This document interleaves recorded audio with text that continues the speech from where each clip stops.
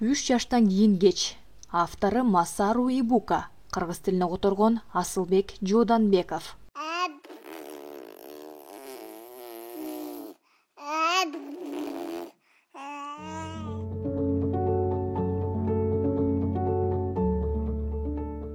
Урматтуу окурман, ата-эне, бүгүн биз сиздер менен дагы бир жолу жакшы саамалык аркылуу кездешип отурабыз. Дүйнөгө белгилүү Sony корпорациясынын негиздөөчүлөрүнүн бири, гениалдуу инженер, Жапон аттуулуу Масару Ибуканын ушул китебин кыргыз тилине которуп, сиздерге тартуулоо мен үчүн бир чети сыймык болсо, бир чети кайрылуу, балдар темасына көңүлүңүздөрдү бурдуруу.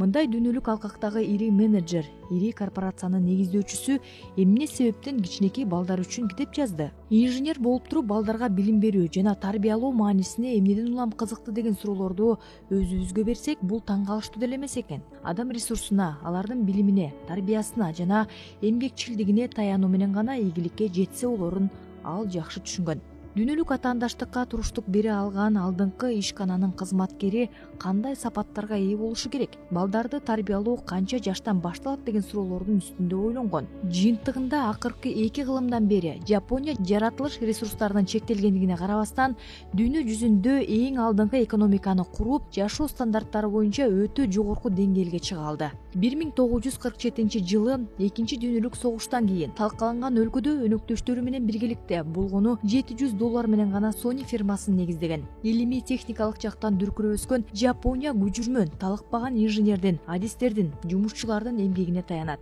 Кенже курактагы балдарды ар тараптуу өнүктүрүүнүн өтө зарыл экендигин алдыңкы өлкөлөр 20-кылымдын 70-жылында түшүнө баштаган. Бул багытта бир топ изилдөөлөр жүргүзүлгөн. Алардын ичинде Нобель сыйлыгынын ээси, экономист Джеймс Хикман адамдардын ортосундагы жөндөмдүүлүктөр кенже куракта пайда болоорун, алар менен системалуу иштөөнү канчалык эрте баштаса, ошончолук майнаптуу болоорун белгилеген. Ал тургай ал экономикалык эсептөөлөрдү жасап, мектеп жашына чейинки балдарга жумшалган $1 кайтарымы $7-8 кем болбой тургандыгын эсептеп чыккан. Башкача айтканда, биз сыяктуу өнүгүп жаткан өлкөлөрдө билим берүү системасын каржылоо пирамиданын учунда тургандыгын белгилеген.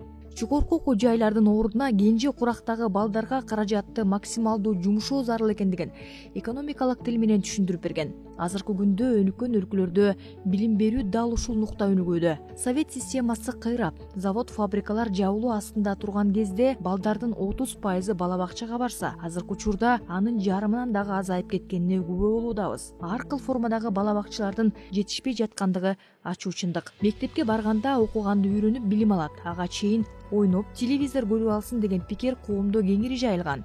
Андан тышкары, жашоонун кыйынчылыктарына шылтуулап, балдардын тарбиясына жана өсүп өнүгүүсүнө анча маани бере беришпейт. Жыйынтыгында кенже курактагы балдардын мектепке даярдыгы начар болуп, сабакты өздөштүрүүдө кыйналышат. Ушул сыяктуу себептерден улам балдар мектепте араң бүтүшөт. Жакынкы жана алыскы өлкөлөргө жумуш издеп барган балдардын дээрлик көпчүлүгү кара жумуштарда иштешип, ошол өлкөдөгү төмөнкү квалификациялуу адистерден болуп калышууда. Ошондуктан биздин фонд Кыргызстандын билим берүү системасында кенже курактагы балдардын өнүгүшүнө артыкчылык берилип, бул багыттагы бир канча долбоорлорду ишке ашырууда. Кенже курактагы балдарды өнүктүрүү өтө маанилүү багыттардын бири. Өлкөбүздүн келечеги азыркы кенже курактагы балдардын колунда. Балдардын өтө тез өсөөрүнө Кыргызстан эгемендүүлүккө ээ болгон жылдарда төрөлгөн балдардын кантип өскөнүн байкабай калганыбыз мисал боло алат. Масару Ибука мазмундуу эмес, тарбия жолдорун өздөштүрүүнү сунуштайт. Чоң кишилер кыйындык менен үйлөнгөн нерселерди балдар ойноп жатып эле үйрөнүп аларын ишенимдүү мисалдардын негизинде көрсөтүп жатат. Адам баласынын нерв клеткалары 3 жашка чейин эң активдүү өнүгүп, 70-80% дейре калыптанат. Бул курак бала бардыгын билгиси келип, мээси гүлдөй болуп ачылып, ата-энесине миң түркүн суроолорду берген мезгил болуп саналат. АКШнын окумуштуулары эң алдыңкы технологияларды колдонуу менен 1-2 жашка чыккан балдарды дыкат изилдөөнүн негизинде ошол куракта чет тилдерин оңойлуу үйрөнүп аларын далилдешти. Менин неберем 2 жашка чыккандан тартып 40-50 мамлекеттин желектерин жаттап айтып, айырмалай алгандыгы Ибуканын тапкандарынын туура экендигин дагы бир жолу далилдеп турат. Кенже балдарды окутуу дегендик 3 жашка чейинки балдарга окуганды санаганда эле үйрөтө эмес. Айлана чөйрөдөгү негизги түшүнүктөрдү жалпы эле чөп жар, тал терек, мөмө жемиштер деп койбостон, алардын аталыштарын тагатап кичинесинен үйрөтүп алса өмүр бою керек болот.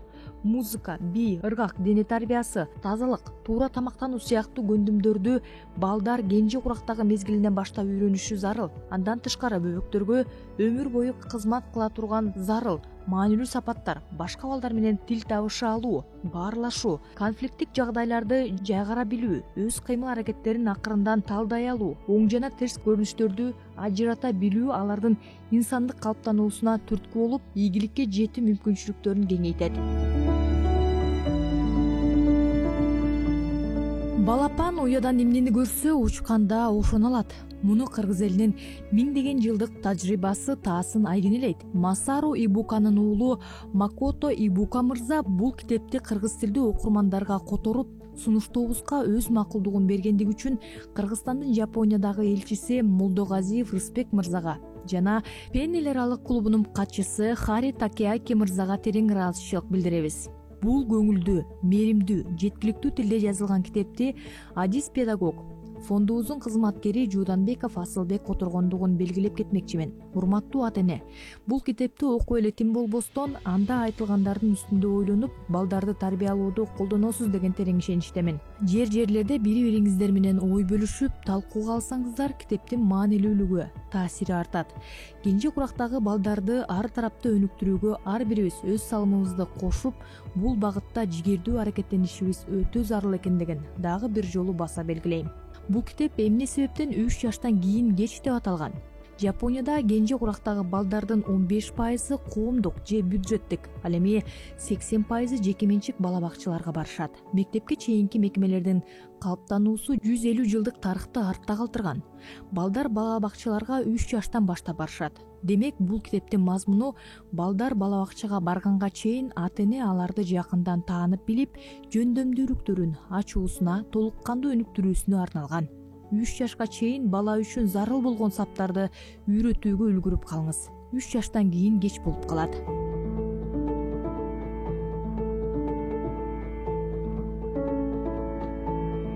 Байыркы замандын бери улуу талант. Бул баарынан мурда тукум коочулук жаратылыштын кубулушу деп эсептелинип келген. Моцарт өзүнүн биринчи концертин 3 жашында бергендигин, Джон Стюарт Милл ошол курагында латынча классикалык адабияттарды окугандыгын бизге айтып калышканда, көпчүлүк тек гана албетте алар деген генийлер да деп коюшат. Бирок Моцарт менен Миллдин кенже курактагы жашоосун дыккат талдоо, балдарын чыган кылууну каалаган аталары аларды катуу тартипте тарбиялагандыгын айтып турат. Менин оюмча Моцарт дагы, Милл дагы гений болуп төрөлгөн эмес. Алардын таланты аларга кенже куракта жагымдуу шарттарды түзүп, мыкты билим беришкендигинин аркасында абдан өнүккөн. Тескерисинче, эгерде жаңы төрөлгөн ымыркай тээ башынан өзүнүн табиятына чет чөйрөдө тарбияланып жатса, кийин анын толук кандуу өнүгүп кетүүгө мүмкүнчүлүгү болбойт. Эң жаркын мисал 1920-жылдары миссионер жана анын аялы тарабынан Калкуттанын түштүк батышындагы үңкүрдөн табылган карышкыр кыздар Амала менен Камаланын таржымалы. Алар карышкырлар тарабынан тарбияланган балдарга адамдык кулк мүнөздө, кебете кешпирди кайтарып берүү үчүн баардык күч аракеттерин жумшашкан. Бирок бүт аракеттери текке кеткен. Албетте, адамдан адам, ал эми карышкырдан карышкыр туулары анык эмеспи? Бирок адамдык шарттарда жашап жатканда деле бул кыздар карышкырга мүнөздүү адаттарын ташташкан эмес. Демек, ымыркай төрөлөр замат туш болгон айлана чөйрө жана билим баарынан мурда анын ким болорун, адам же бөрү болорун аныктайт. Бул мисалдардын үстүндө ой калчап отуруп, жаңы төрөлгөн балага айлана чөйрө жана билим кандай гана зор таасирин тийгизерин көбүрөөк ойлоно берем. Бул көйгөй айрым балдар үчүн гана эмес, бүткүл адамзаттын саламаттыгы жана бактысы үчүн дагы зор мааниге ээ болду. Ошондуктан 1969-жылы кенже курактагы балдарды өнүктүрүү Жапон ассоциациясы уюмун түзүүгө кириштим. Биздин окумуштуулар жана чет өлкөлүк илимпоздор доктор Шиничи Сузукинин ошол кезде бүт дүйнөнүн көңүлүн өзүнө буруп турган кичинекей балдарды скрипкада ойноого үйрөтүү методун эксперименттик класстарда изилдөө, талдоо жана кеңейтүү үчүн чогулушту. Ишибиз илгерилеген сайын балдарга салттуу мамиле канчалык жаңылыш экендиги айдан ачык боло баштады. Биз адатта балдар тууралуу баарын билебиз деп ойлойбуз. Ошол эле учурда алардын чыныгы мүмкүнчүлүктөрү жөнүндө абдан аз билебиз. Биз 3 жаштан өткөн балдарды эмнеге үйрөтсөк деген суроого көбүрөөк көңүл бөлөбүз. бирок соңку изилдөөлөргө ылайык бул куракта баланын баш мээсиндеги клеткалардын өнүгүүсү 70-80% аяктап калган болот. Бул өзүбүздүн баардык күч аракетибизди 3 жашка чейин курактагы баланын мээсин өнүктүрүүгө жумшашыбыз керек дегенди түшүндүрбөйбү? Кенже куракта өнүктүрүү эмчектеги балдарды кыйнап, фактылар жана сандар менен ооздандырууну сунуш кылбайт. Башкысы жаңы тажрыйбаны өз убагында киргизүү. Бирок күн сайын бала баккан адам гана адатта апасы аны өз убагында аңдай алат. Бул китепти мен ушул апаларга жардамдашуу үчүн жаздым.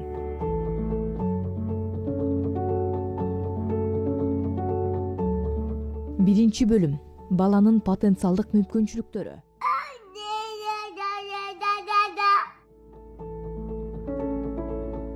Мектепте окуп жүргөн жылдары класста көзгө көрүнөрлүк аракети жок эле класстын лидери болуп калган өзгөчө жөндөмдүү окуучу болгондугу, ошол эле убакта башка бирөө канчалык аракет кылбасын артта калып кеткендиги ар бириңердин эсиңерде болсо керек. Мен окуп жүргөн кездери мугалимдер бизди минтип шыктандырчу. Сен акылдуусуңбу же жокпу? Ал тукум куучулук эмес. Бардыгы сенин өзүңдүн аракетиңден көз каранды. Бирок жеке тажрыйбам мыкты окуган окуучу дайыма мыкты, начар окуган окуучу дайыма начар бойдон калаарын даана көрсөттү. Кыязы интеллект башынан эле аныкталат окшобойбу? Мындай дал келбөөчүлүктү эмне кылуу керек? Мен адамдын жөндөмдүүлүгү жана мүнөзү өзү менен кошо төрөлбөйт. Көбүнчө анын жашоосунун белгилүү бир мезгилинде калыптанат деген тыянакка келдим. Тукум куучулук же алган тарбиясы менен билими адамды калыптандырабы деген талаш көптөн бери жүрүп келет. Бирок бүгүнкү күнгө чейин бир дагы көбүрөөк же азыраак ишенимдүү теория бул талаштарга чекит койгон жок. Акыры менин физиологиясын изилдөөлөр, бир жагынан балдардын психологиялык изилдөөлөр, башка жагынан баланын акыл жөндөмдөрүнүн өнүктүрүүнүн ачкычы бул анын өмүрүнүн алгачкы 3 жылдыгы, башкача айтканда, мээ клеткаларынын өнүккөн мезгилдеги жекече таанып билүү тарбиясы экендигин көрсөттү. Бир да бала гений болуп төрөлбөйт жана бир да бала келесо болуп туулбайт. Бардыгы баланын жашоосундагы чечүүчү жылдарда баш мээнин өнүгүү даражасына жана шыктануусуна жараша болот. Бул төрөлгөндүн 3 жашка чейинки курак. Бала бакчада тарбиялоо кеч болуп калат. Ар бир бала жакшы окуй алат. Бардыгы окуу методунан көз каранды. Окурман таң калышы мүмкүн. Эмне үчүн менин кесибим боюнча инженер жана ушул тапта компаниянын президенти болуп туруп, адамдын кенже курактагы өнүгүүсү менен алектене баштадым. Себептери жарым жартылай коомдук. Мен жаштардын бүгүнкү күндөгү козголоңдоруна кайдыгер эмесмин жана мен ушул жаш адамдардын канааттанбоосуна азыркы билим берүү канчалык күнөөлүү деген суроону өзүмө өзүм узатам. Жеке себеп дагы бир. Менин өзүмдүн балам акылынын өнүгүүсү жагынан артта калган. Ал кичинекей кезинде ушундай мүчүрчүлүктөрү менен төрөлгөн бала. Эгерде төрөлгөндөн баштап аны туура окутса, кадыреси билимдүү адам болуп өсүп жетилери башыма дагы келген эмес. Менин көзүмдө артта калган бала болбойт. Бардыгы окутуу методунан көз каранды деп ишендирген Шиничи Сузуки ачты. Доктор Сузукинин талантты тарбиялоо методу, наристенин скрипкада ойноого үйрөтүү методу. Кандай окмуш жетишкендиктерди бергенин биринчи жолу көргөнүмдө атасы катары өзүмдү балам үчүн өз убагында эч нерсе жасай албаганыма абдан өкүндүм. Мен студенттик тополоңдор көйгөйү менен биринчи жолу алектенгенимде билим берүүнүн мааниси тууралуу терең ойлондум. Эмне үчүн биздин система жалдануу жана канааттанбоону жаратып жаткандыгын түшүнүүгө аракеттендим. Алгач бул жалдануунун тамыры университеттик билим берүү системасында жатканы туюлду. Бирок көйгөйгө тереңдеп кирип, бул орто мектеп үчүн дагы мүнөздүү экендигин түшүндүм. Андан мен орто жана башталгыч билим берүү мектептерди изилдедим. Акыры бала бакчада да таасир этүү кеч болуп калат деген тыянакка келдим. Күтүүсүздөн бул ой Сузуки жана анын кесиптештери алектенип жаткан нерсе менен дал келип калды. Доктор Сузуки өзүнүн уникалдуу методун 30 жылдан бери практикалап келет. Ага чейин ал башталгыч жана жогорку класстарда окутуунун салттуу методдорун колдонуп сабак берип келген. Ал жогорку класстарда жөндөмдүү жана жөндөмсүз балдардын ортосунда чоң айырма бар экенин таап чыккан. Ошол себептен ал өзү окуткан балдардын жаш курагын улам кыскартып жүрө отуруп, башкача айтканда, адегенде жаш балдар менен, андан кийин наристелер менен алектенип көрүүнү чечкен. Доктор Сузуки скрипкада ойногонду үйрөтөт, анткени өзү скрипкачы. качан гана мен бул ыкманын билим берүүнүн баардык тармактарына ийгиликтүү колдонууга болоорун түшүнгөндө кенже куракта өнүктүрүү көйгөйлөрүн олуттуу изилдейин деп чечтим.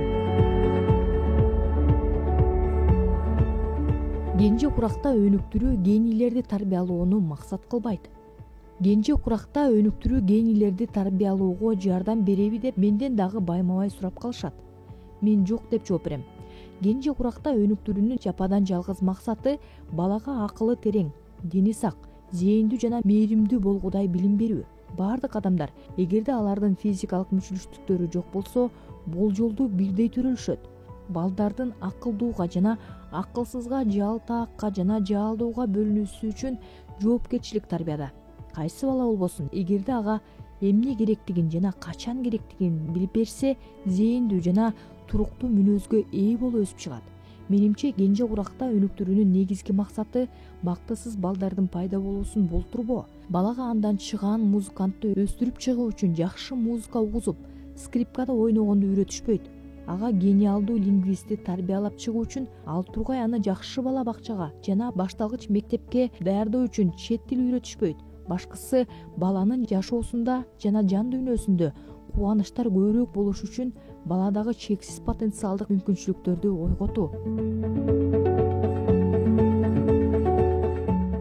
Адам баласынын толук жетилбей төрөлүшүнүн өзү анын зор потенциалдык мүмкүнчүлүктөрүнөн кабар берет. Кенже куракта өнүктүрүү жана төрөлгөн баланын зор мүмкүнчүлүктөрү менен байланышкан деп эсептейм.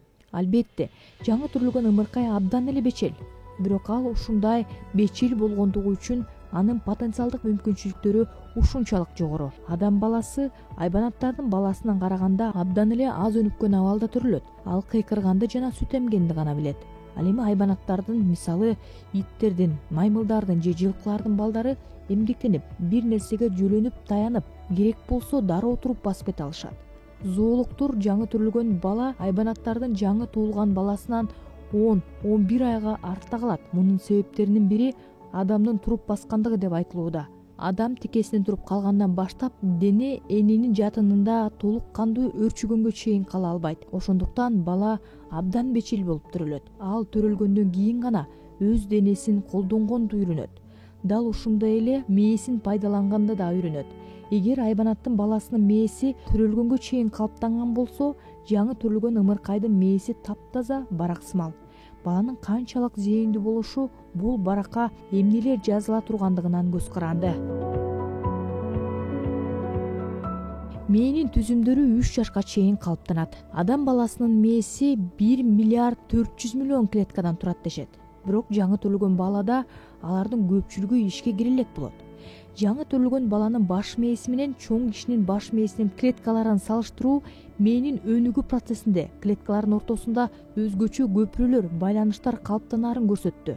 Баш мээнин клеткалары бири-бирине бекем ыкташып, сезүү органдары аркылуу сырттан алышкан маалыматка жооп кайтаруу үчүн бири-бирине кол сунушат.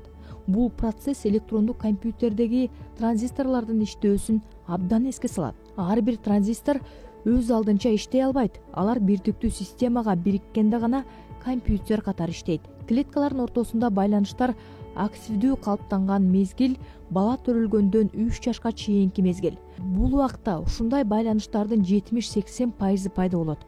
Алардын кандай өнүккөнүнө жараша мээнин мүмкүнчүлүктөрү артат. Бала төрөлгөндөн кийинки 6 айда мээ өзүнүн толук потенциалынын 50%-на жетет. Ал эми 3 жашка чейин 80%-на жетет. Албетте, бул 3 жаштан кийин баланын мээсинин өнүгүүсү токтойт дегенге жатпайт. 3 жашка чейин негизинен мээнин арткы бөлүгү жетилет. Ал эми 4 жашка келгенде бул татаал процесс маңдай жак деп аталган бөлүккө өтөт. Ишаратты сырттан алып, анын образын түзүү жана аны эстеп калуу мээнин фундаменталдуу жөндөмдүүлүгү болуп саналат. Бул баланын кийинки бардык интеллектуалдык өнүгүүсүнө шарт түзгөн негизги компьютердин дал өзү. Ойлонуу, муктаждыктар, чыгармачылык сезимдер сыяктуу жөндөмдүүлүктөр 3 жаштан кийин өнүгөт. Бирок алар ушул куракка карата калыптанып калган базаны колдонушат. Демек, алгачкы 3 жашта балада бекем негиз түзүлбөгөн болсо, аны кандай колдонууну үйрөтүү пайдасыз. Бул начар компьютерде иштеп жатып, жакшы жыйынтыктарга жетүүгө аракеттенгенге тете.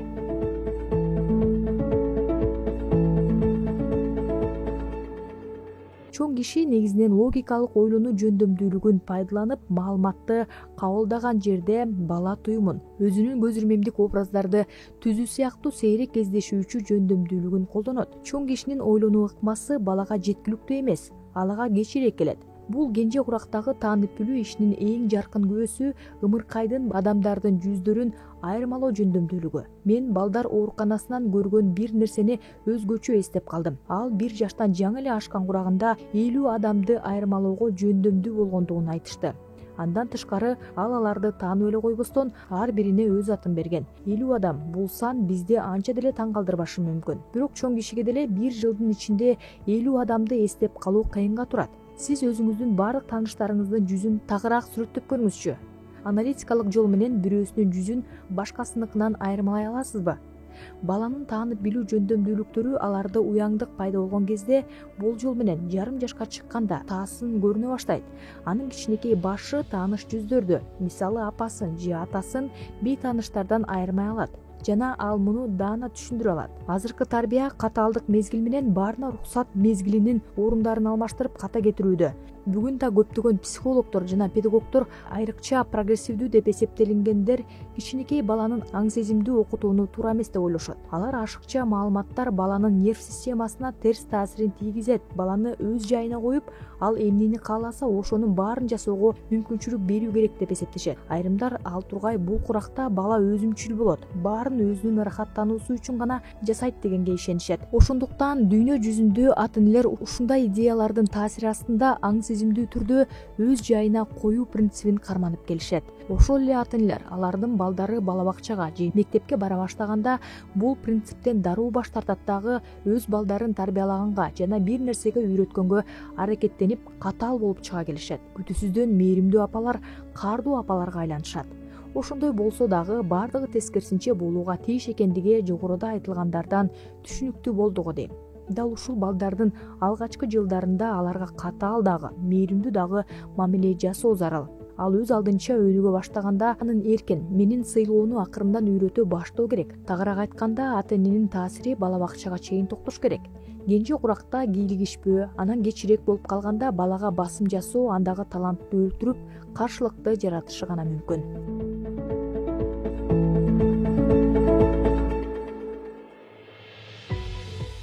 Кичинекей бала эмне кыла алат? Чоңдор оор жана оңой деген түшүнүктөрү балдарга жарабайт. Биз чоңдор, мисалы бул китеп бала үчүн абдан эле оор же классикалык музыканын баркын баалай албайт деп өзүнчө таянак чыгарабыз. Бирок биз мындай таянактарды эмненин негизинде чыгарып жатабыз?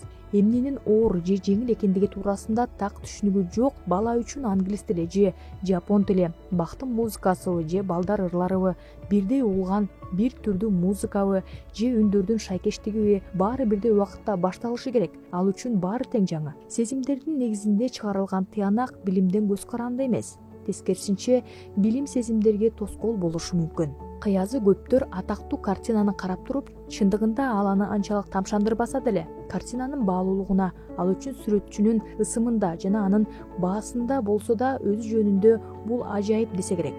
Ал эми бала тескерисинче ар дайым чынчыл. Кандайдыр бир нерсе же жумуш эгерде ага кызыктуу болсо, баланын көңүлүн толук арбап алат.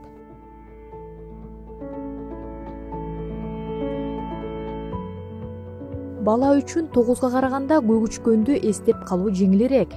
Көптөн бери көрүнбөй жүргөн 2 жашар неберем үйгө коноктоп келген учур эсимде. Ал терезеге карап, неон асмаларын мага көрсөтүп сыймыктануу менен бул Хитачи, а бул болсо Ташибо деп айткан. Кубанганымды жашырганга аракеттенип, неберем 2 жашында эле Хитачи жана Ташибо деген Кытай иероглифтерин окуп калган турбайбы деген чечимге келдим. Келинчегимден неберем Кытай алфавитин качан үйрөнгөнүн сурадым. Ушул жерден ал кытайча Хитачи менен Ташибону окубаганын, болгону соода маркаларын образ катары эстеп калганын жана аларды ушундайча айырмалаганын билдим.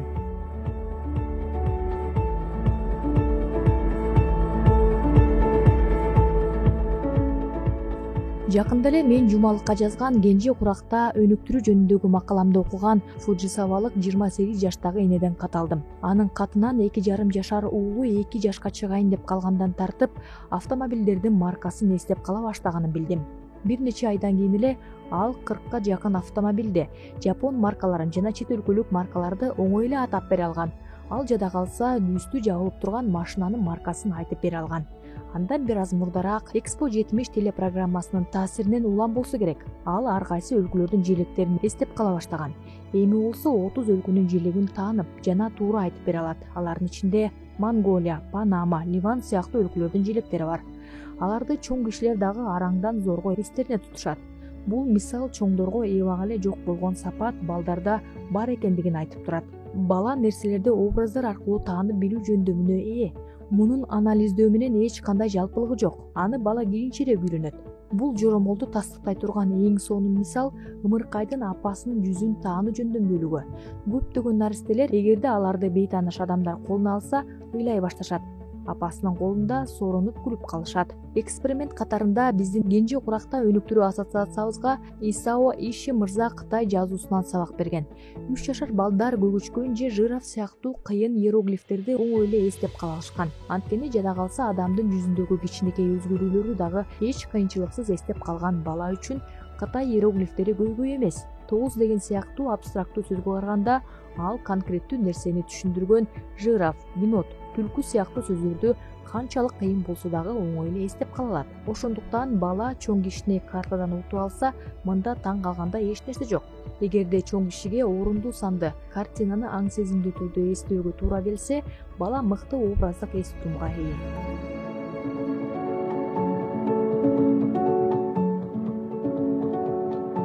Балага арифметикадан көрө алгебраны эстөө жеңил.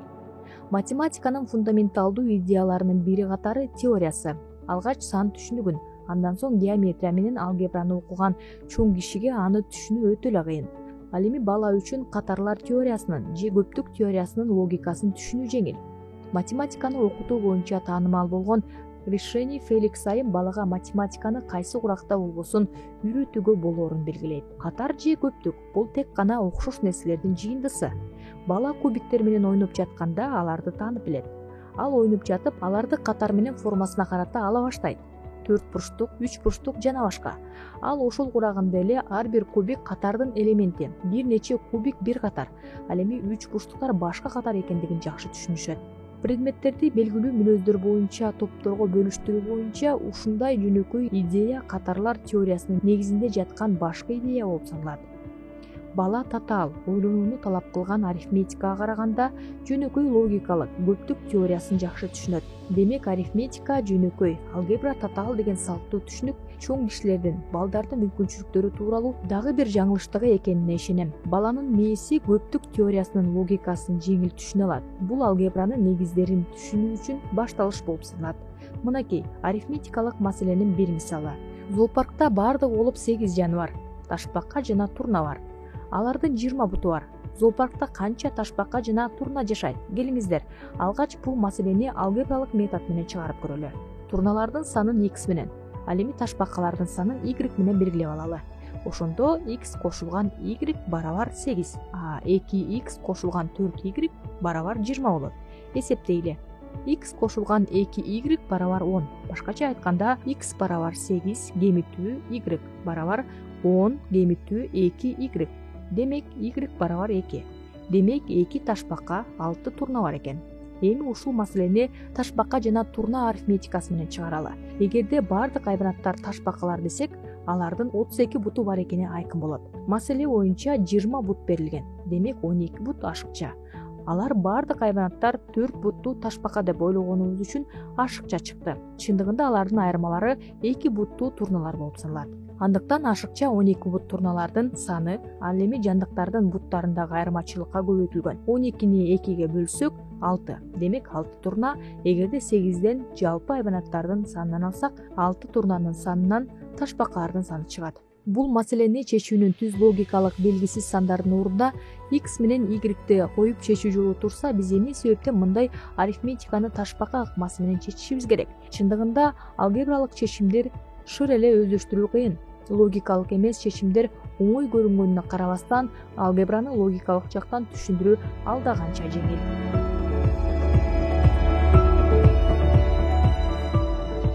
Жада калса 5 айлык бала бакты баалай алат. Sony фирмасынын биринде бала бакча уюштурулган. Ал жакта балдар кандай музыканы угаарын билүү максатында изилдөө жүргүзүлгөн. жыйынтыгы күтүлгөндөй болгон. Балдар үчүн эң таасирдүү музыка Бетховендин 5-симфониясы экендиги аныкталган. Эртеден кечке телевизордон берилген популярдуу музыкалар 2-орунда. Балдар ырлары эң акыркы орунга туура келген. Бул жыйынтык мени абдан кызыктырды. Биз чоң кишилер адатта балдардан алыс кармаган классикалык музыкаларды алар эң кызыктуу дешти. Балдар татаал симфонияларды баалай турган музыкалык табитке төрөлгөндөн баштап эле эбе? Доктор Шиничи Сузукинин байкоолоруна ылайык 5 айлык балдарга Вивальдинин концерттери жагат. Бул бир окуяны эсиме салат. Классикалык музыканы абдан жакшы көргөн жаш ата-эне жаңы төрөлгөн баласына бактын 2-сютасын күн сайын бир нече саат бою угузган. 3 айдан кийин бала музыканын тактысына жандуу кыймылдай баштаган. Ыргак ылдамдыгында анын кыймылы активдүүрөөк боло баштаган. Музыка бүтүп калганда ал капа болгонун билдирген. Ымыркай чыргоолонгондо же ыйлаганда ата-энеси ошол музыканы кое салган. Ошол замат ал соронуп калган. Бир жолу алар жазды коюшканда бала чуу салган. Татаал музыкалык формаларды түшүнүү керемет. Көптөгөн жапондор тек гана бала кезинде улуттук музыкадан жана балдар ырларынан башканы укпагандыктан батыш классикалык музыкасын кабыл албай тургандыгына бекем ишенем. 6 айлык бала сууда сүзө алат. Көптөгөн чоң кишилер сууда сүзгөндү билишпейт. Алар балтасымал сүзүшөт. Андыктан тырмактай баланы сууда сүзгөнгө үйрөтсө болорун билгениңизде таң калышыңыз мүмкүн. Баса элек бала жерде эмгектенгенге аракет кылгандай эле сууда дагы ошондой эле карманганга аракет кылат. Бул жерде кичинекей баланын сууда сүзө алгандыгында эмес, бала болуп туруп сууда сүзгөндүгү маанилүү болуп саналат. Бир канча жыл мурун Бенесейн деген бельгиялык аялдын эмчектеги балдар үчүн сууда сүзүү мектебин ачкандыгын гезиттен окуган элем. Ал 3 айлык баланы бассейнде аркасы менен суунун үстүндө калкып турганга үйрөтсө болорун, ал эми 9 айлык баланы сууда туура дем алганга үйрөтсө болорун айткан. 1965 августунда аял атлеттердин Токиодо өткөн эл аралык конференциясында төрайым Ризе Дим 1 жашка чейинки балдарды сууда сүзгөнгө үйрөтүү жөнүндө айтканы чоң сенсация болгон. Алгач 32 градус сууга 5 айлык баланы салган. 3 айдан кийин ал сууда 6 мүнөт сүзүп жүрүп алган. Бала өзүнчө рекорд да койгон. Сууда 8 мүнөт 46 секунда чыдап тура алган. Пресс-конференцияда Дим айым бала сууда кантип өзүн кармоо керектигин, жерде кантип турса олорун жакшыраак билет. Биринчиден, сиз аны сууда өзүн кармаганга үйрөнгөнгө чейин колдоо көрсөтөсүз. Бала сууга чумкуп киргенде сыртка чыкканга дейин демин кармап, көзүн жумуп алат. Ал колдорун жана буттарын иштетип сууда сүзгөндү үйрөнөт деп айткан. Дим айым адамдын мүмкүнчүлүктөрүн жана талантын 1 жашка чейин өнүктүрө баштоо керектигин бир канча жолу белгилеп кеткен. Баланын сууда сүзө алгандыгы алардын мүмкүнчүлүгүнүн чексиз экендигин далилдеген бир факт. Бала тамтуң баса баштаган бала ролик тепкенди дагы үйрөнө алат. Басканды, сүзгөндү, сыйгаланганды ушунун баары бала ойноп жатып өздөштүрөт. Эң башкысы аларды туура багыттап, шыктандыруу зарыл. Албетте, мындай эксперименттер баланы сууда сүзүүгө же скрипкада ойноого үйрөтүү үчүн гана жасалбайт. Сууда сүзүү баланын жөндөмдүүлүктөрүн өнүктүрүүнүн бир жолу. Ал баланын уйкусун жакшыртат, табитин ачат, рефлекстерин ойготот, булчуңдарын чыңдайт. Темирди ысыгында куй дегенде эле, башка сөз менен айтканда, металл катып калгандан кийин темирди ийге келтире албайсың. Баланын мээси чексиз көлөмдөгү маалыматты батыра алат. Иниси менен эжеси лингвистикалык генийлер. Алар англисче, испанча, итальянча, немисче жана французча 5 тилде сүйлөй алышат. Ага кошумча өзүнүн агрессивдүү атасын дагы түшүнө алышат. Гезитке чыккан агрессивдүү ата деген аталыштагы макала көптөгөн жапондордун эсинде болсо керек. Макалада Масао Кагата мырза жөнүндө айтылат. Ал мугалимдикти таштап, өзүн үй кожойкеси деп жарыялаган. Бүткүл убактысын балдарды тарбиялоого арнаган. Ал убакытта баласы 2,5 жашта, ал эми кызы 3 айлык болчу. Балдар дагы эле абдан кичине эле. Агрессивдүү тарбиячы ата көптөрдүн сынына кабылган. Өтө көп маалыматтар балдардын нерв системасына таасир этет деген кооптонуулар айтылган. Бул сындардын эч нерсеге арзабагандыгын Кагатанын өнүгүүдө болгон үй бүлөсүнөн карап туруп айтууга болот. Ишин таштап, убактысын жалаңгана балдарды тарбиялоого арнаган атанын туура же туура эмес кылып жаткандыгын сындоонун кажети деле жок. Кагата мырзанын колдонгон окутуу ыкмасынын ийгилиги балдардын интеллектуалдык жөндөмдүүлүктөрүн даңазалап жаткандыгында. Мына анын айткандары: мен аларды англис, итальян, немис, француз тилдеринде сүйлөөгө бир эле убакытта үйрөтө баштадым. Радиодо француз тил сабактары англис тилинде үйрөтүлөт. Андыктан көп тилде бир эле убакытта үйрөтүп жатканда окутуу методикасын бириктиргенге болот деп чечтим. ошол эле убакытта сүйлөшө баштадым. Дал ошол убакытта менин балдарым пианинода ойногонду үйрөнүп жатышкан. Алар ойногон нотанын түшүндүрмөсү итальянча жазылган эле. Ал эми котормосу англис, немис жана француз тилдеринде болчу. Эгерде алар нускасын түшүнүшпөсө, кандай ойноо керектигин биле алышмак эмес. Ушул себептен улам мен аларга тилди үйрөтүшүм керек эле. Башкалар мага алар бир эле мезгилде 5 тилди үйрөнүп жатып адашып калышпайбы деген суроону көп беришет. Менин оюмча жок, анткени алар аны туура колдонуп жатышпайбы. Биз чет тилдерди радио аркылуу гана үйрөндүк. Бул аудио берүүлөрдү өтө жагымдуу дикторлор алып барышат. Сүйлөө көнүгүүлөрү методикалык жактан так жана көп жолу айтылат. Качан гана балдар өздөрү сүйлөй баштаганда баарын туура айтышат. Демек, чоң кишилерге караганда балдардын мээсинин маалыматтарды сиңирүү жөндөмдүүлүгү алда канча жогору экендигин белгилөөгө болот. Бир гана нерсе ашыкча болуп кетет деп коркпоо керек. Балдардын мээси губка сымал, билимди тез кабылдайт. Качан гана маалымат жеткиликтүү болгондугун сезгенде жаңы маалыматтарды кабылдоону токтотот. Бизди балдарга көп маалымат бергендигибиз эмес, аларды толук кандуу өнүгүш үчүн маалыматтардын өтө аз болуп жаткандыгы тынчсыздандырышы керек.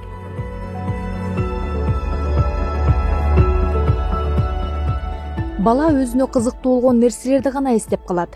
Буга чейин мен баланын мээсинин керемет жөндөмдүүлүгү, маалыматтарды сиңирүүсү жөнүндө жаздым. Мээ бул өнүгүү этабында машина сымал, ага салган нерсенин баарын механикалык түрдө сугунат. Ал эми маалыматты алып, аны түшүнүү деңгээлине жете элек. Бирок убакыт келет, бала өз алдынча чечим кабыл алуу жөндөмдүүлүгүнө ээ болот. Демек, калыптанган интеллектуалдык аппаратты колдоно турган бөлүгү өнүгөт. Бул болжолдуу 3 жаш курагында ишке ашат. Дал ушул убакытта баланы эмне менен кызыктыруу керек деген суроо туулат. Бала өзүнө кызыктуу болгон нерсени так эстеп калат. Башка жөндөмдүүлүктөрү дагы өнүгөт. Ал бир нерсени жаратууга, жасоого болгон каалоосун билдирет. Алар андагы интеллекттин жана мүнөздүн калыптануусу үчүн зарыл болуп саналат. Балаңыз сиз окуп берген нерселерди бир аз гана бөлүгүн түшүнсө да, аңгемелерди жана жумукторду окуп бере баштайсыз. Балаңыз аны бир канча жолу уккандан кийин эстеп калат. Эгер сиз көңүл төшөбөй окуп жаткан болсоңуз, ал ошол замат катаңызды табат. Бала балдар баяндарын жана жумукторду өтө так эстеп калат. Бирок бул алардын түшүнгөнүнө караганда элестетүү эс тутумуна негизделген. Анан бала тигил же бул окуяга кызыгып калат да, аны өз алдынча окугусу келет. Ал алфавитти билбесе да өз кулагы менен уккан окуяны китептердин сүрөттөрү менен салыштырат. Ал окуй албаган тамгаларды ирети менен көз жүгүртүп окуп чыгат. Дал ушул убакытта бала ар кандай тамгалардын окулушу, мааниси тууралуу кызыгып сурай баштайт. Анын мындай талапчылдыгы таанып билүүгө болгон эң чоң кызыгуусунун далили болуп саналат. 3 жашка жете элек бала өзү кызыккан нерсесин оңой эле жаттап алат. Буга кеткен күч, энергия тынчыңызды албай эле койсун.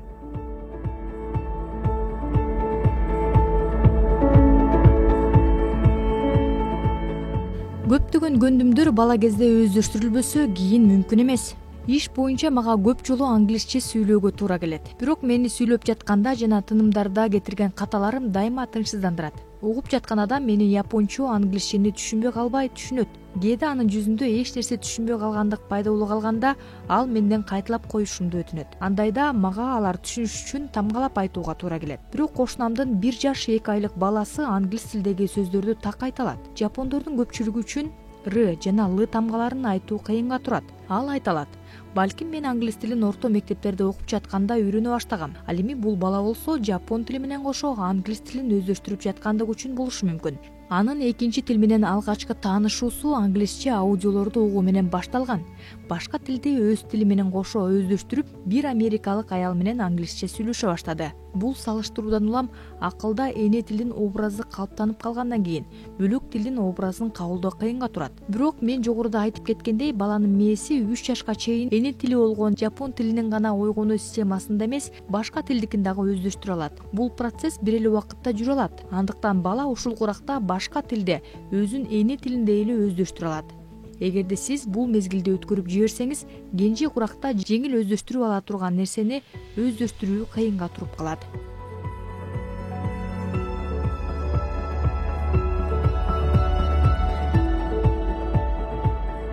Чет тил балдардын кенже курагында өздөштүрө турган бир гана нерсе эмес.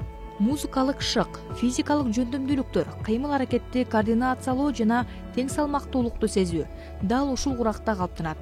Болжолдуу дал ушул мезгилде эстетикалык кабылдоонун негизи болгон сенсордук реакция дагы калыптанат. Жайкы каникул башталганда ар жылы ар кайсы өлкөлөрдөн ата-энелер балдарын доктор Сузукинин скрипка классына алып келишет. Алардын эч кимиси жапончо бир дагы сөз билбегендигин түшүндүрүүнүн кажети жок. Биринчиден болуп эң кичинекейлер сүйлөй башташат. Андан кийин башталгыч жана орто класстагылар. Эң эле кургурлар алардын ата-энелери. Эгерде көп балдар бир айдан кийин эле жапончо сүйлөй башташса, алардын ата-энелеринин сүйлөй башташ үчүн жылдар керектелет. Алар котормочулар катарында балдардын кызматынан пайдаланышат.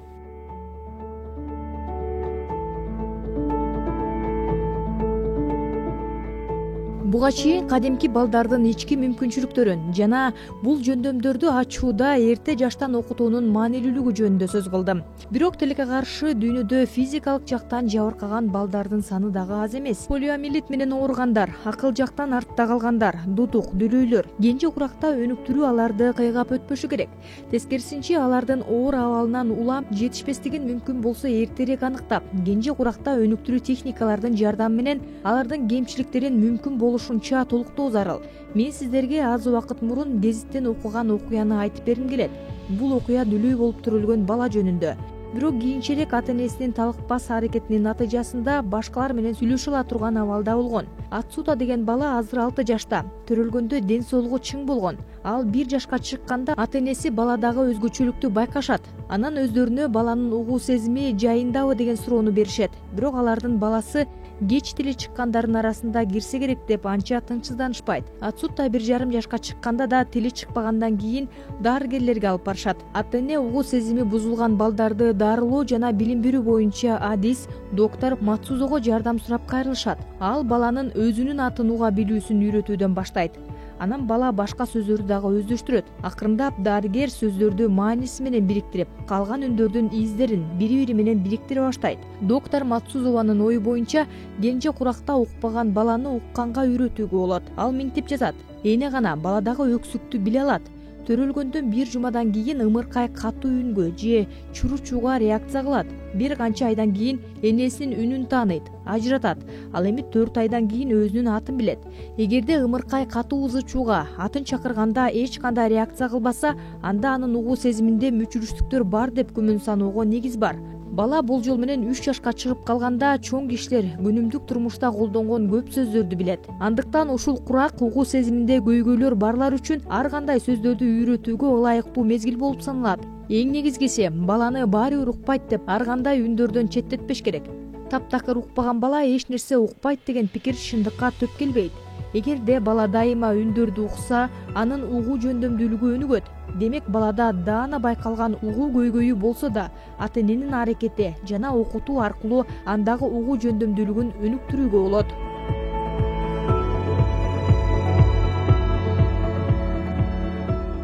Экинчи бөлүк: кенже курактагы тажрыйбанын таасири. Башкысы тукум куучулук эмес, курчап турган чөйрө. Мурунку главада кичинекей баланын уктап жаткан жөндөмдүүлүктөрү жөнүндө айттым. Бул дандан бак же жагымдуу күлөсүп чыгуусу үчүн сиздин кандай шарттарды түзгөндүгүңүзгө жана алардын үстүнөн иштегениңизге байланыштуу болот. Менимче баланын өнүгүшүндө билим жана чөйрө тукум куучулукка караганда алда канча маанилүү роль ойнойт. Жапонияда эгиздерге бир канча эксперименттерди жүргүзүшкөн.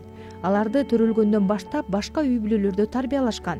Изилдөөлөр эгиздер да ар кандай шарттарда башка адамдардан тарбия алган учурда бири-биринен мүнөзү жана жөндөмдүүлүктөрү боюнча таптакыр айырмаланып калаарын көрсөттү.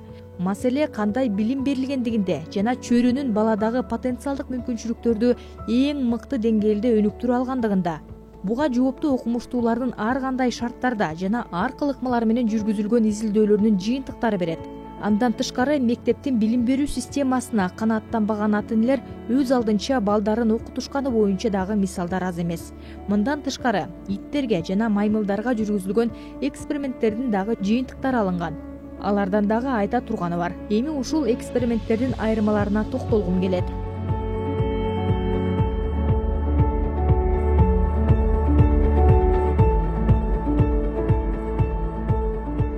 Илимпоз атадан төрөлгөн бала сөзсүз окумуштуу болбойт.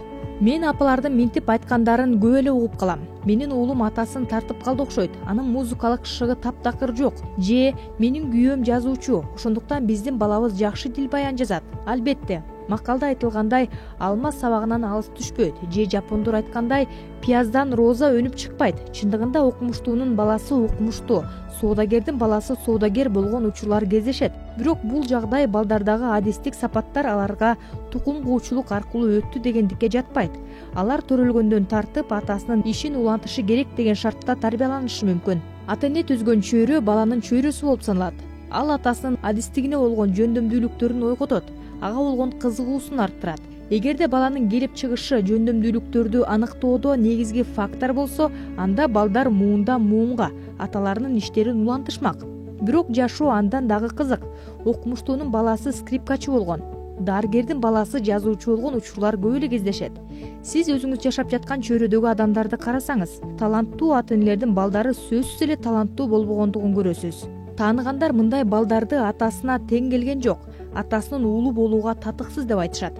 Бирок бала ким болгонуна жооп бербейт. Анын бала кездеги чөйрөсү аны татыксыз кылып чоңойтту. Тескерисинче бекерпоздон жана аракештен төрөлгөн балдар мыкты инженер же сүрөтчү болушу мүмкүн. Башкача айтканда, ата-эненин адистиги жана жөндөмдүүлүктөрү баланын жөндөмдүүлүктөрүнүн жана мүнөзүнүн калыптанышына түздөн түз таасир этпейт. Дарыгерлердин баласы дарыгер болуп калгандыгынын негизги себеби анын кичинекейинен дарылардын жытын жыттап, ак халатчандардын жана бейтаптардын атмосферасында чоңойгондугу менен түшүндүрүүгө болот.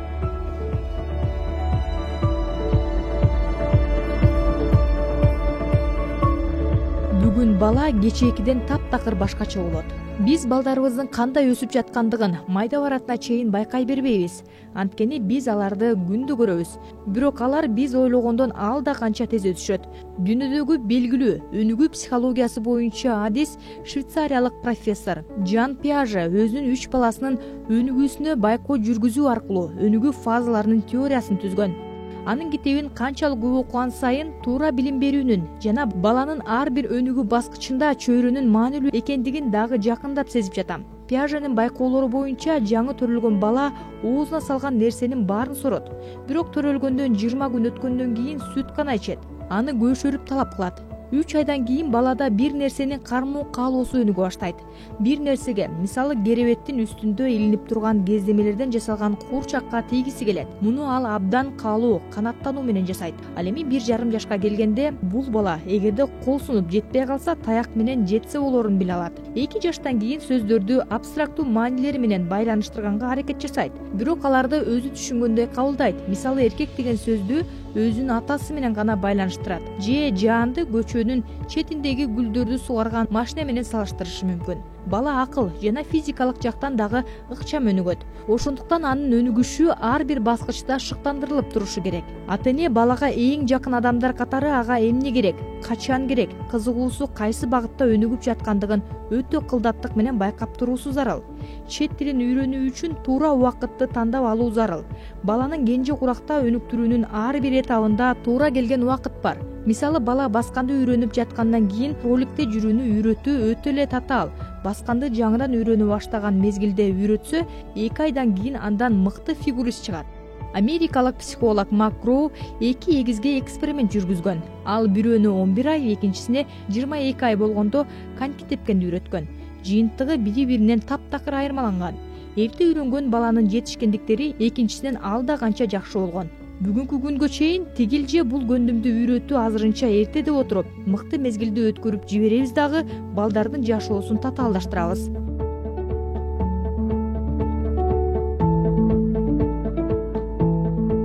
Бир карын майды бир кумалак чиритет. Бул балдарга дагы тиешелүү. Мен эмнени айткым келип жатканын түшүнүүңүз үчүн бир окуяны айтып берейин. Жаш адисти чет өлкөгө иштеп келүү үчүн жөнөтүшөт. Анын аялы болсо жаңы төрөлгөн кызы менен Тохокудагы өзүнүн ата-энесине барып жашап калат. Чоң атасы менен чоң апасы небересин абдан жакшы көрүшөт. Аны менен көп ойношуп сүйлөшүшөт. 1 жылдан кийин кыздын атасы сапардан кайтат. Аялы менен кызы кайрадан Токиого жашап калышат. Ал убакытта алардын кызы сүйлөө үчүн абдан кичинекей эле. Бирок ал сүйлөп баштаганда ата-энеси таң калышат. Алардын кызы сүйлөгөн сөздөрдүн бардыгы Тохоку диалектисинде эле. Бул окуяга таң калышат. Анткени үй бүлөнүн бардык мүчөлөрү кадимки жапон тилинде сүйлөшөт.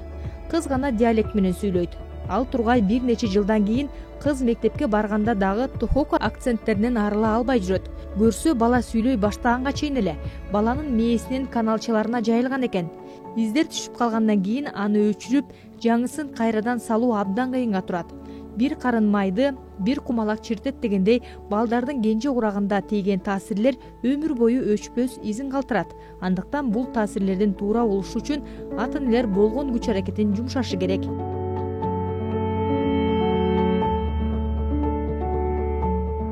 Шыктанткычтары жок бөлмө балага зыян.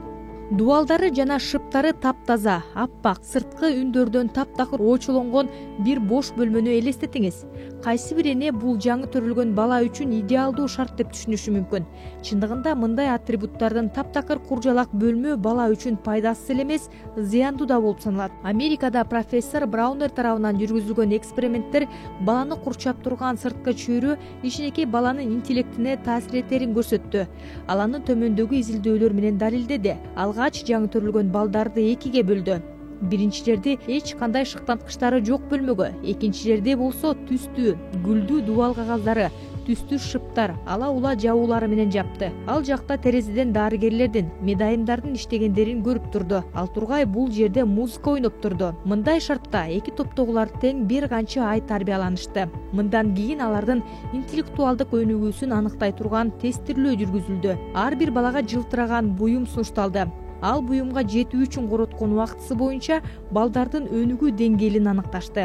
Жыйынтыктар ортодогу айырманы так көрсөттү. Шыктандыруучу чөйрөдө чоңойгон балдардын, бош бөлмөдө чоңойгон балдардын интеллектуалдык деңгээли 3 айга артта калган. Бул 3 айлык артта калуу өтө олуттуу. Анткени баланын төрөлгөндөн 3 жашка чейинки өнүгүүсү өзүнүн мүмкүнчүлүгүнө жараша 4 жаштан 17 жашка чейинки курактагы өнүгүүгө дал келет. Ошол эле мезгилде окумуштуулардын ою боюнча балага туура тарбия берилсе, бул артта калууну жоюуга болот. Бирок бул аракеттенүүнү кичинекей балага басым жасоону талап кылат. Мындай изилдөөлөр профессор Браунер тарабынан гана эмес, башка көптөгөн психологдор тарабынан дагы жүргүзүлгөн. Жыйынтыктар сырткы шыктандыруулардын болушу же болбошу жөндөмдүүлүктөрдүн өнүгүшүнө олуттуу таасирин тийгизерин көрсөттү. Шыктандыруунун көптөгөн түрлөрү, көбүнчө интеллектти өнүктүрүүгө таасирин тийгизүүчү түрлөрү тыкыр иликтенген. Көптөгөн ыкмалар сынактан өткөрүлгөн. Термелүүчү бешик, кыл калемдер, ачык түстүү бүйүрмөлөр, жылтыраган топтор, түстүү дубал кагаздары жана башка ушундай сыяктуу кенже куракта өнүктүрүү жаатындагы изилдөөлөр менен алектенген Гарвард университетинин психологу профессор Уайт эгерде баланын өсүшү үчүн төрөлгөндөн тартып эле ар кандай шарттар түзүлгөн болсо, анда бул интеллекттин калыптанышына олуттуу таасирин тийгизет деп эсептейт.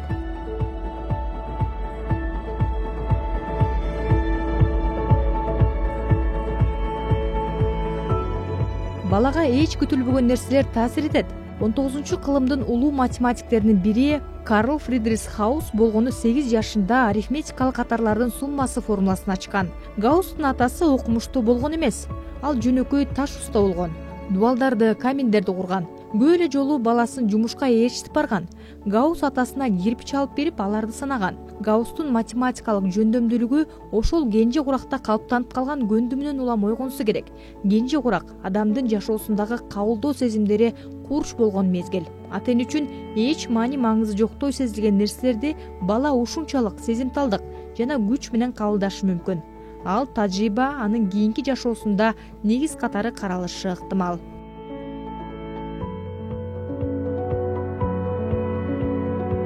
Бала китептеги сүрөттөрдөн чоң кишилер окуп жаткандагыдан таптакыр башка окуяны түшүнүшү мүмкүн. Чоң кишилер менен баланын ортосундагы кабылдоонун айырмачылыгы чогуу туруп сүрөттүү китеп же жомок окуганда даана байкалат.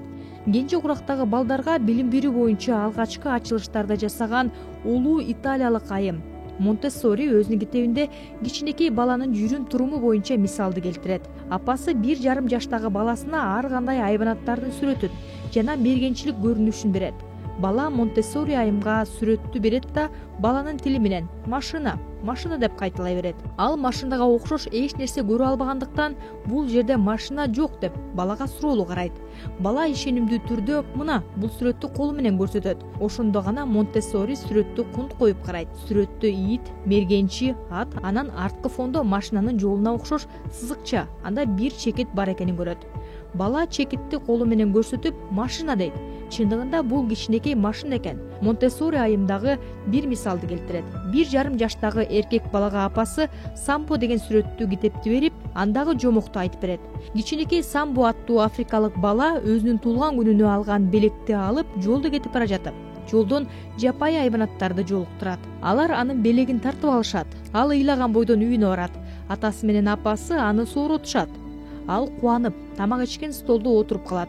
Ал жакта китептеги сүрөттөгүдөй майрамдык чоң торт бар эле деп апасы жомокту бүтүрүп, китепти жабат. Кичинекей бала күтүүсүздөн каршы чыгат.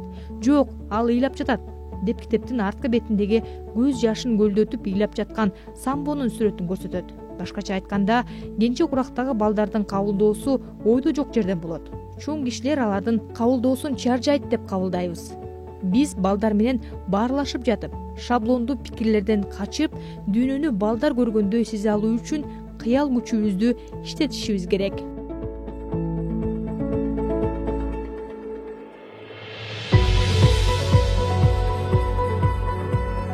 Адамдардын багуусуна калтыруу тобокелчилик. Бир жакшы чынчыл ата-эненин 5 жана 4 жашар 2 уулу бар эле. Кичүүсүн бала бакчада түз жүргөндүгү, жандуулук үчүн бардыгы жакшы көрүшчү. Ал эми улуусун анча жактыра беришчү эмес. Анын кабагы ачылчу да эмес. Жүрүм-туруму дагы башкаларга жакчу эмес. Бул абал, мындай айырма кайдан чыкты деп ата-энеси абдан тынчсызданат. Акыры айла кеткенде дарыгерге кайрылышат. Узакка созулган сурамжылоодон кийин энеси экинчисин төрөгөндөн кийин өзүн жаман сезип, 1 жашар уулун 6 ай бою бала баккычка бактыргандыгы маалым болот. Дарыгер баланын азыркыдай абалда болушу кенже курагында алган таасирлерден, буга чейин болгон тынчсыздануудан болушу мүмкүн экендигин болгоолойт. Ал баланын кенже курагы жөнүндө айтып бере ала турган багуучусу жана башка адамдар менен кезигет. Көрсө бала баккыч жаш кыз бала менен эшикке сейилдегендин ордуна үйдүн артындагы эски караңгы сарайда сүйгөнү менен жолугушчу экен. Бала алар кездешкен кезде алар менен бирге болгон. Бул окуя күн сайын кайталанып турган. 1 жаштагы балага бала баккыч менен сүйгөнүнүн эмне менен алек болуп жаткандыгы түшүнүксүз болгон. Бирок ал жалгыз турганда ар кандай үндөр анда коркууну жана ишенбөөчүлүктү жараткан. Кыздын тынчсызданган, күнөөлүүдөй сезилген жүрүм-туруму анын аң сезиминде орноп калган. Дарыгерлердин баамында дал ушул кенже курактагы баштан өткөргөн нерселер баланы кабагы бүркөлгөн жана кыжырык айнаган абалга алып келген. Албетте, жашоодогу ар кыл жагдайлар ата-энелерди балдарын башка бирөөлөрдүн кароосуна калтырып турууга түртүшү мүмкүн. Мен ушул окуя өз балаңызды бага турган адамды тандоодо өтө этият мамиле кылышыңыз керек экендигине сизди ынандыраарына ишенем.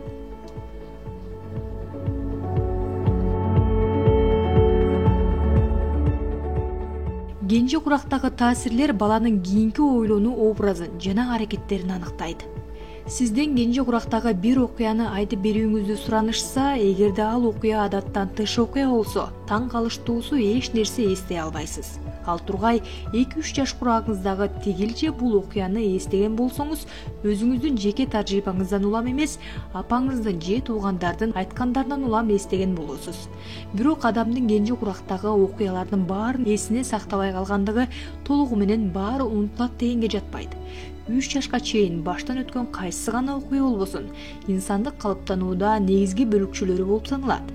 Эгерде гипноздолгон адамга 1 жашка чыктың деген команда берилсе, ал өзүн кудум 1 жаштагы баладай элестетип, кыймылдап жана сүйлөй баштайт деп айтылып жүрөт. Бул бала кездеги бардык таасирлердин аң сезимде сактала тургандыгынын далили болуп саналат. Адам кескин абалда кептелген учурда көзүнө бала кездеги көрүнүштөр элестей баштагандыгы айтылып жүрөт. Белгилүү саясий ишмер Кукуке Манака согуш мезгилинде госпиталда өлүм менен тирүүлүктүн ортосунда жаткан мезгилде күтүүсүздөн бала кездеги мезгилдер эсине келгенин эскерип айтканы бар.